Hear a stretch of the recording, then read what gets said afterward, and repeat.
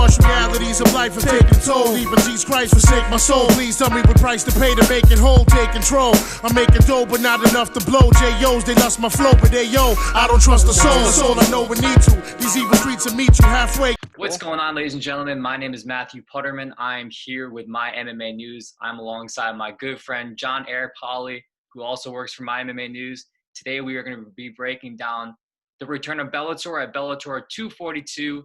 Sergio Pettis will be taking on Ricky Bandejas in the bantamweight bout, possibly number one contender. John, how you doing today, man? I'm good, man. How you doing? It's always a pleasure to talk MMA with anybody, especially when it's with a very good person like yourself. Oh, thank you, man. Same back to you. I just having a good day. It's Thursday. I can't wait for tomorrow. Bellator returns finally after everything COVID going on right now. It's nice being able to have Bellator and the UFC this weekend. So we are going to be breaking down the Bellator 242 card, and we will start off. We are going to be talking about Aaron Pico. We'll be taking on Solo Hatley Jr. What do you think of that fight? Well, I actually had the opportunity to speak to both of these guys. Obviously, Aaron was part of the media day yesterday, but I did an interview with Solo separately for my MMA News, and Solo's very confident going into this fight. And there's something about a confident fighter, no matter what the stages are. When somebody's confident going in there, they're definitely always going to be dangerous. And Solo feels that Aaron Pico doesn't have a chin, and Pico has been knocked out twice. So it's definitely not an understatement by Hatley to make a statement like that. But I don't know. When I look at it, though, I think Aaron Pico is definitely, he's becoming a little bit more calm in there, a little bit more, looks relaxed. He's starting to hit his stride a little bit now. He's not just this wrestling heavy approach, or, his hands aren't just flying wild. And you got to give credit to Jackson Wink MMA out of Albuquerque for working with Pico and helping him, become established as a fighter. And I like to see where Pico's going to go with this. And I'm going to go ahead and pick Pico as a winner, if you're asking straight up for who I think is going to win the fight. I just think that Pico has a little bit more to bring to the table than Hatley does. Most definitely, yeah. I'm going to go with Aaron Pico as well, too. I mean, he does have a record of 5-3, and Solo is 8-2. I just think that Aaron Pico's power is going to be a little bit too much, and his wrestling pedigree is going to really be the decisive factor in this fight. Aaron Pico has fought some of the best fighters in the world already. He fought Adam Borix, and he also fought Henry Corrales. So those are two big name opponents, highly rated in one of the contenders up there. So I'm going to go with Aaron Pico. I think he can get a finish, and I'm going to go with Aaron Pico on that. So. Yeah, one more thing, too, with Pico. I really like what you said there, too, about the resume that he's had so far, was the fact that when he first came out, Bellator, obviously they were pushing for good reason. There's a lot of hype around him with how he almost made the Olympics right out of high school there. And they kind of brought him up probably a little bit too quickly, as a lot of people think. But that, I think, helps Pico in the long run, because even now they're at the point where they're kind of, brought him down and starting to build him back up. But he's still been in there with elite talent. And not taking anything away from Hatley or anything, but he hasn't been in there with the type of competition that Pico's been in there with. Exactly. That's how I see it as. That's why I feel they almost have the same amount of fights, but I think the experience level is going to go to Aaron just due to the fact of the guys who he's fought. I mean, that's just the name of the game. He's fought high-level contenders. Few guys fought some 35ers, but that's just part of the game too. But I think Aaron Pico's experience is going to get the job done, and I think he'll get a finish here. So I'm going to go with Aaron Pico by knockout. I like where you're going with that, too. I can see that happening, because Hatley, if you see Hatley, he does not look like he walks like that. He'd be a 145-pounder. When you see the actual size of him, like after he gets done cutting his weight and he gets rehydrated, he's a big boy inside there. And a lot of times those bigger guys, when they cut a lot of weight like that, they tend to fade out. And I could see Pico kind of dragging this on out, and then probably around the third round after, because Hatley's saying he's going to finish him within 2 rounds. I could see Hatley really coming out and throwing a lot into his punches early on, and then gassing himself out. And Pico, obviously, I feel like none of the wrestlers or most of the time, I should say, a lot of the wrestlers have cardio issues. I want to say never have them, because obviously that would probably make you a liar for somebody to look one up and tell me that. But a lot of times these wrestling guys have really good stamina to go, and I see Pico dragging this into the deep waters and finishing off Hatley late in the fight. Yeah, I'm going to have to go with that too. So That fight's going to be great, but we're going to move on. We're going to go into Tywan Claxton versus J.J. Wilson, and this is another featherweight bout. Of course, Tywan Claxton, he's coming off a win. I forgot the gentleman who he fought, but he also was in the Featherweight World Grand Prix. He fought Emmanuel Sanchez, lost by second-round submission, and then we have J.J. Wilson, who's 5-0 right now, hot prospect coming up in the featherweight division, has 4 wins by submission in Bellator, and it's impressive. And what do you think of that fight? How do you think that stylistically going to match up? You got Tywan Claxton, a wrestler, and who has very good top pressure, and then we also have J.J. Wilson, who has great guard, great jiu-jitsu. How do you think those styles are going to play out? I think that's the big question going into this one. And I actually really like what Tywan Claxton said yesterday in his media day. If anyone didn't see it, I'll recap pretty much what he said. He said something along the lines of, he's talking about how I'm a white belt in jiu-jitsu and his jiu-jitsu is superior to mine. Well, guess what? I'm a white belt in jiu-jitsu, but I'm a black belt in kicking ass. And I don't know why, but that statement kind of just, stuck out to me, and I really liked it. But these are usually the fun fights when you have these clash of styles. The big thing, I think, though, when looking at this fight breakdown, obviously, yeah, so we have the wrestler in Tywan Claxton, and we have the jiu-jitsu specialist, submission specialist in J.J. Wilson. And that's obviously where, you have the clash of styles there. But on the feet, when you have to go there, Tywan Claxton is electric on the feet. You see that flying knee that he pulled off? I forget the fight that it was in, but it's just a staple highlight, and that's going to be on his highlight reel for the rest of his life. So if I have to think of who am I going to pick to win, I think that Claxton's probably going to be better off on the feet, giving his wrestling background. I think he probably has a little bit more ways to win the fight than J.J. Wilson, but I'm interested to see how that goes down as well. But I think Claxton may have more ways to win the fight. Yeah, the one thing with Tywan, he's a very explosive fighter. He's a great wrestler too. And looking at that, I mean, his cardio, it could be a big factor in this fight. If he does end up getting tired, you look at the Emmanuel Sanchez fight, he was trying to force the wrestling because on the feet he wasn't doing as well as he thought he was doing. And then Emmanuel took him down, ground and pound, and almost the fight was stopped at the end of the first round. But I just think the gas tank of him, if his cardio is good, I know he's training with AJ Matthews, as he said yesterday in the virtual media day, getting to talk to him. And like you said, he's a white belt in jiu-jitsu, but a black belt in kicking ass. So I think Tywan Claxton versus J.J. Wilson's a great fight. I mean, J.J. is still new. They're both so new to the game. Their records, I mean, you have 6-1, Tywan Claxton, J.J. Wilson 5-0. So jiu-jitsu versus wrestling. I personally think jiu-jitsu, but that's just me as my own person. I think that jiu-jitsu beats wrestling, especially going for the finish. If Tywan, I just don't want to see a boring fight of Tywan just being on top the whole round, all 3 rounds. I personally I'd like to see him pass guard and try going for submissions, or even try going for the TKO, the ground and pound. But I personally think J.J. Wilson will be able to get the job done here this Friday night, and think possibly another submission. Well, it's actually a very interesting thing too, that what you just said there, which I completely forgot about, was the fact that Tywan Claxton did switch his camps. And I asked him yesterday, I'm like, I saw that you were in Denver. How long have you been out there? Only about 5-6 weeks. Well, 5-6 weeks in a brand new training camp's not a long time. So that's one interesting talking point here too, is how's Claxton, is there going to be maybe a lapse of maybe a miscommunication, let's say, between coaches, because he's dealing with new coaches and he's going through obviously a whole new training camp with everything being different. So that's interesting to see as well. But it seems another point, Bill, I wanted to go off what you said, where you were saying about the jiu-jitsu versus the wrestling there.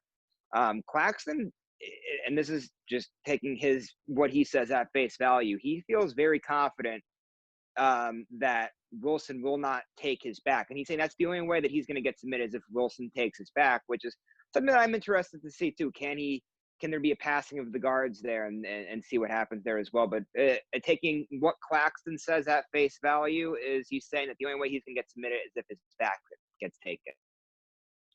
Definitely. Yeah, that's probably one of the biggest things with that, is if he can get the back of Tywan Claxton. And what's crazy about Tywan Claxton is he was his own coach until, I believe, this fight here. And being that high level in the game, and He was 5-0 in the World Grand Prix. It's tough, man. You got to have coaches. You for sure do. Training at elite level gyms is really going to help you evolve and get better, especially training with others. Like he was talking about AJ Matthews, kind of some of those guys too. He even said yesterday we were talking to him about, he said he's good friends with Kamaru Usman. Kamaru Usman's like, you got to go to an elite camp and get better. So I think he said he's with Team Elevation Fight Team with them. And that's big. That's a good step for him. And, you know, I think he'll evolve more by being there than obviously doing his own routine. Obviously with COVID, it's different sometimes, but that's crazy. Being your own coach throughout your whole professional career, and all of a sudden now you're just getting your own coach. That's very impressive, the way he's been able to perform with some of the knockouts and some of the performances he's put on in his career so far. But I personally think that this is going to be a great fight for the fans. And I personally think JJ Wilson will win by submission. And these are two up-and-coming guys in this division. And, I mean, the experience is definitely go to Tywan, due to the guy. I mean, he fought Emmanuel Sanchez. Emmanuel Sanchez is fighting Daniel Weichel next. But I personally think that JJ is going to be able to submit Tywan Claxton in that bout. So I'm going to go with JJ Wilson by submission. And, you know, I guess for the purpose of picking a method of victory and everything, I'm going to go the other way. I'm going to take Claxton, but I'm going to go by a decision only because of that clash of styles on the ground there. Like I said earlier, I think that Claxton does have a little bit more ways to win just because of how, you know, again, I used electric as the term before, and I think I used it in my story that I did yesterday for my MMA News. But again, just given, you know, that electric ability on the feet and given his wrestling ability, I will go with Claxton by a decision. Definitely. I mean, either way, it could be wrestling. He could wrestle, take him, Tywan could take him down, be on top, ground and pound for three rounds. You could definitely see that. I just think the more active fighter on the ground who throws up more submissions is definitely be JJ if taken down. And I just personally think the submission will be there. So I'll go with JJ. You're going with Tywan. So we'll go to the next fight here is before we even get on to the next fight, how funny would it be if Claxton and Wilson, because of that clash of styles on the ground, if the two of them just say, you know what, I don't want to go to the ground with the other guy. It's kind of like, remember when we saw Kamaru Usman and Colby Covington? Everyone's like, oh, who's the better wrestler? It's the Division I All-American, the Division II national champion. Look at how Usman wrestled against Woodley. Look at Colby's pressure and how he's taken all these people down. They didn't get down on the ground once. So what if we see something like that where the two of them don't even go to the ground at all? That'd be something. That'd be really something to see, especially to see how Wilson's stand-up game is too. I agree. Yeah, the stand-up, we'll have to wait and see. I mean, obviously we've seen Tywan Claxton having some explosive knockouts with a flying knee. But yeah, that could be another thing. They could both factor out the grappling department and want to stand for 3 rounds. So we'll have to wait and see him tomorrow night. So, but I will jump into our co-main event. Will be Jason Jackson versus Jordan Mein. Jordan Mein, of course, has fought in Strikeforce. He's fought in the UFC. He's now here in Bellator.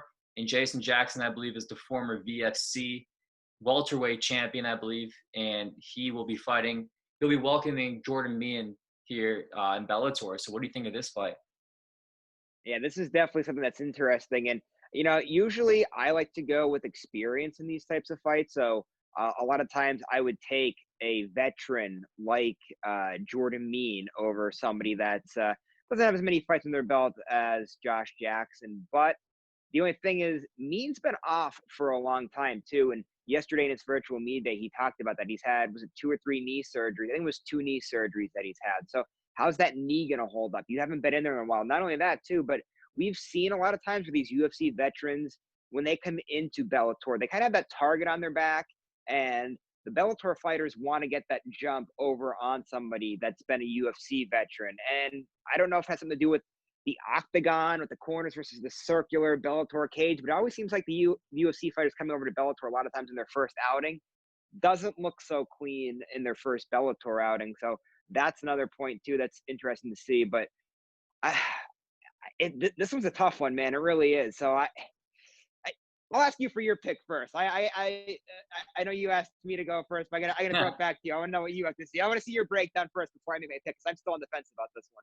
Definitely, yeah. It's another great fight. I mean, Jason Jackson, his last fight with Ed Ruth, I personally thought Jason Jackson won the fight. I think Jordan Meehan, with the experience though, with him fighting like Bilal Muhammad and a lot of those elite level fighters in the UFC, could definitely give him the experience advantage here. But I think I'm going to personally go with Jason Jackson. I think he's going to be more clean on the feet. I just think Jordan Meehan, with the longer layoff with him and his knee surgeries, I think that the Jason Jackson is going to be able to impose his game plan more, and I think that we're going to see a great fight. I think it goes by decision. I think Jason Jackson will get the victory. I think he trains with Henry Hooft and those guys over there, so he's training with elite level fighters. Not to say Jordan's not, but I just think that Jason Jackson will be able to pull out the victory. I'll go by decision for Jason Jackson, and I think it's going to be a great fight. You know, I like the sound of that too. I guess I'll go the same way with you. You have me sold on that one. You convinced me so well. Jackson by decision. But one thing I also want to add to all of this too is what's exciting about this card is we're seeing a lot of future great fighters. So we're talking about Josh Jackson now, like you said, him and Ed Ruth. There's two up and coming possible stars right there that fought. And then we talked about Pico earlier and how Bellator may have rushed him into a few fights. So he obviously has a lot wiser experience beyond his years, we'll say.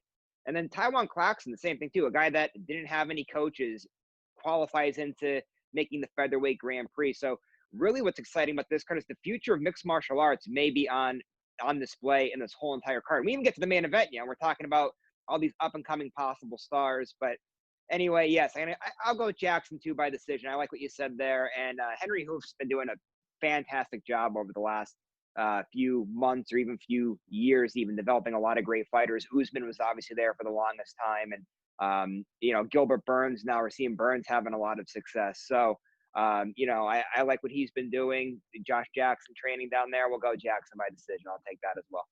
Sounds good. And we will jump right into our main event is Sergio Pettis versus Ricky Bandejas. This is a huge fight. This is definitely a title eliminator fight. Rumored that's going around is that Juan Archuleta might be fighting Patty Mix for the vacant bantamweight title. But obviously after seeing this weekend, depending on how good this fight is, it would be big. I mean, Sergio Pettis came in electrifying on his debut, was able to submit Alfred Kakazian by submission with a guillotine in the first round. And you have Ricky Bandejas, who stopped James Gallagher, who was undefeated at the time. And it's huge. I mean, Sergio Pettis, if he can get the W this weekend, or Friday, excuse me, this could be very big. I could see him fighting Patty Mix for the title. I think Patty Mix is a worthy opponent to fight against. And if Ricky Bandejas can win either a title shot or, like Gareth A. Davies said yesterday in the virtual media day, you could see James Gallagher versus Ricky Bandejas too in Ireland. I mean, it would be a huge fight, and that'd be another great fight to see.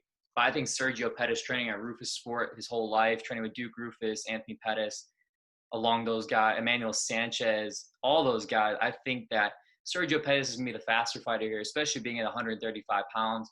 He's beat a lot of good guys at 125 and 35. I mean, the likes of Joseph Benavidez, John Moraga, Yatsin Meza, a lot of those guys. And he has a lot of wins at bantamweight, too, before he went back down to the flyweight division. So I think that Sergio Pettis is going to be the faster fighter here. I think he can keep it on the feet and be able to counter him. And I'm going to go with Sergio Pettis by decision. I will go by decision here. I think he takes all 3 rounds here, and I think the low kick will be open for Sergio as well. Ricky Bandejas has got a long, wide stance, and I think that Sergio had a little difficulties with some taller guys like Alex Caceres, but now looking at it now, the way he's been able to make those adjustments, especially him fighting Alfred Kakaisen, I think that he will be able to exploit and be able to pick apart Ricky Bandejas in this fight, and I'm going to go with Sergio Pettis by decision here. So what do you think about this fight? Yeah, well, first off, I'm really glad that you broke down Sergio Pettis' background like that, because it sums it up absolutely perfectly. Pettis is an absolutely phenomenal fighter, and he's seen it all. And I think coming into this, that's the big storyline too, is everybody knows Sergio Pettis. But Ricky Bandejas, you know, for us hardcore fans, we've seen him. We saw his fight with Gallagher, the knockout there. I'm pretty sure it went viral too, because I think they were calling Gallagher the mini Conor McGregor, the way how he kind of came out, was pumping it up before he got kicked in the face there. But for me, what I really think is that this could be Bandejas' coming out party. I mean, it's to be determined. Obviously, they have to go out there and fight, but I think for him, this is almost. I feel a little bit mean saying this in a way, but it's almost like that. Are you a contender or pretender? Because if he's a contender, he's going to go out there and even if he loses, he doesn't need to because obviously Pettis is a tough man up. But if he goes out there and performs really well, we know that Ricky Bandejas is for real. But now if Pettis goes out there and steamrolls him, Bandejas might need obviously some more work. But the thing that I didn't realize about Ricky Bandejas, and I don't know how I missed this, but he trains out of American Top Team. He's had photos with Mike Brown. I'm not sure if Mike Brown is his coach or not, but we know that American Top Team's also one of the best gyms in the world. Conan Silvera, Mike Brown, Dan Lambert, all those guys do fantastic jobs down there. So I'm interested to see, could this be Bandejas' coming out party? But I think, again, I like to go experience in a lot of these things. And I think you summed it up great there before talking about Sergio Pettis. He's fought the who's who of MMA.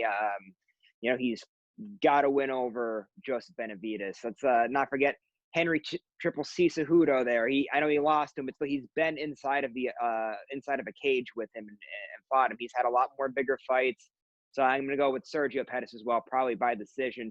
For me, though, what I'm looking for in this one, even though I think that Pettis is going to win the fight, I want to see, is Ricky Bandejas for real? Is he going to be a name for a long time? Is he going to be a bantamweight champion one day or a title hopeful? I want to see, is Bandejas for real? This could be his coming out party here today or tomorrow night. I really think so. Definitely. I agree with what you're saying too. And with Ricky Bandejas, he could definitely give Sergio Pettis problems too with the pressure he has and the length. Sergio's had troubles in the past fighting longer guys. So, I mean, look at the fight with Alex Caceres back in the UFC. Personally, he could definitely give him problems there. I just think the experience, like we were talking before, I think the experience level of Sergio Pettis is going to be a huge factor on display here tomorrow night. And Sergio Pettis is definitely one of the most elite fighters outside the UFC. I mean, obviously he was in the UFC and now is in Bellator. I think with a win over Ricky Bandejas, he should definitely be fighting for the bantamweight title. I personally even thought he should have been fighting for the bantamweight title. This current fight, obviously with the vacant belt, for him fighting either Juan Archuleta or Patty Mix, but I would like to see Sergio Pettis fight for a title, and he'd be the Pettis brother with a second title. I mean, Anthony won in the UFC, and we have him if he can win it in Bellator. I think it would be big. I think Sergio Pettis can be a big star here in the Bellator promotion, and we'll have to see tomorrow night if he's the real deal. Yeah, and I think Pettis is definitely going to be in that mix definitely for a long time. I mean, even if this is Bandejas' coming out party, let's say he shocks the world and he gets the win, he goes on and fights for the title. Pettis isn't going anywhere. We know that Pettis already, he's established himself. We don't need to sit there and try to pad his resume. It speaks for itself. And I definitely think that Pettis will, if it's not him getting a win and getting it the next fight, even if he goes either way where he loses, he will be fighting for that Bellator strap at some point in his Bellator career. 100%. Even if they open up a flyweight division, that could be something. He talked about he's getting old, a little bit older now in age, and he's like 26, 27. He said the weight cut is harder, but I believe he can still make that weight if obviously the flyweight division is open. It's just due to the contenders. Obviously, you see the lack of contenders in the UFC. And then if Bellator opens up their flyweight division, then it's going to be harder for them as well. So I think he is going to do well tomorrow night and maybe even see a flyweight division. But I truly think that they should be having a Bellator Bantamweight World Grand Prix. I personally think that's the step they should go into. You have guys like Patty Mix, Juan Archuleta, Sergio Bandejas, Raufeon Stots is another guy too that is 13-1 taking on Uncasville. We'll talk about him after, but you have a lot of guys in that division that I feel they can make a World Grand Prix out of and get a lot of fans excited about this division. It's one of the most popping divisions in Bellator right now, and with the stars like James Gallagher, if he's in the World Grand Prix, it's going to be big. So I think that they should definitely do that sooner rather than later, but I think they want the Featherweight World Grand Prix to end first, and then they go back and they can do the Bantamweight division. So that's what I think they should do, but I will go with Sergio Pettis here by decision. So, and who are you going to go with, Sergio too? Yeah, I like Sergio too, and I think decision's the safe bet on that one. Again, for me, I like the experience on all of usually when I go with picks, especially. And Pettis has been in there. His resume, again, it speaks for itself. He's been in there with the tougher opponents. I'm going to go Pettis as well. And I also just wanted to touch on something you just touched on too about bantamweight Grand Prix. Well, first off, I just want to say I love that Bellator does these Grand Prix. I think they're Yes. absolutely amazing and they're so much fun. And it spoils us too as fight fans. We get to see this bracket and this tournament because it's almost like our own little like March Madness tournament that we get to watch all year round. And also going off of that is just how great is 135 pounds everywhere. I mean, look at the UFC's 135-pound division right now, stacked. And then we just mentioned Bellator, all the great fighters that they have. So it's something about that small weight class. I don't know what it is, but there's a lot of great fighters out there in that weight class. So obviously between both the UFC and Bellator, it's a lot of fun fights coming up at 135 pounds over the next couple of months. I agree. Well, that's either the main card, but there's one fight obviously I want to talk about is Uncasville versus Raufeon Stots, and that's on the prelims as well. I think that's the headliner on the prelims. I mean, looking at a guy like Raufeon Stots, he's 13-1, has a lot of experience. His only setback was on the Dana White looking for a fight show when he got knocked out in I think it was 15 seconds with a spinning back fist against I forgot the gentleman's name. I think he trains at Ally Kinta and them. But I mean, if you see a guy like that with that much experience, and I think he's a 2-time NCAA division champion as well too, the pedigree is there. The guys he's beat is there. I mean, I think 5 fights in, he beat Jeff Curran by decision. He's winning, having knockouts. He's having submissions. So seeing a guy like Raufeon Stots, another guy touted highly out of Rufus Sport. I keep bringing up Rufus Sport. I'm here based out of Milwaukee, so that's kind of like my home gym I go to as well, and I used to work there. So being able to see the evolution of Raufeon Stots over the past few years here has been big, and I think that Raufeon Stots is going to show out, and he might even put his name in the hat for a title shot too with a win over Uncasville, or I knew maybe even Patty Mix versus Raufeon Stots would be a great fight stylistically. So, and then Uncasville, another guy, 5-0. 5-0 has great. His stand-up's a little awkward, but I think he shines more on the ground. So, seeing him, I got to interview him earlier this weekend to see him and talk to him. He seems excited. He respects Raufeon Stots a lot, and he's hoping to get the win. So, what do you think about that fight? Yeah, I like Stots. I think the background there, the pedigree, like you said, really sticks out there. And I think that breakdown, I don't even have words for it. I think you broke that down probably the best way possible. But I do want to ask you a question though. I guess kind of getting off of the topic here a little bit of the upcoming fights. But when you said about Rufus Sport and all these great guys that are coming out of there. I wanted to ask you about Wyatt Barber, Macy's brother. Obviously, he trains out of there, and Bellator signed him. Hopefully, we get to see him out there soon. But I was curious if you could probably help me out, or you probably know him a lot better, obviously, than what the whole MMA world knows about him. Because we know, obviously, pretty much everything we know is that he's Macy's brother. Because this is be his first real big pro fight coming up in a big promotion. So tell us, can you incite me on Wyatt a little bit and what Wyatt's like? Yeah, most definitely. I've known Wyatt Barber for, over a year? About a year now. And when I used to work at Rufus Sport, Macy was just coming in to train, and she was going to make herself a home, obviously, in Milwaukee here.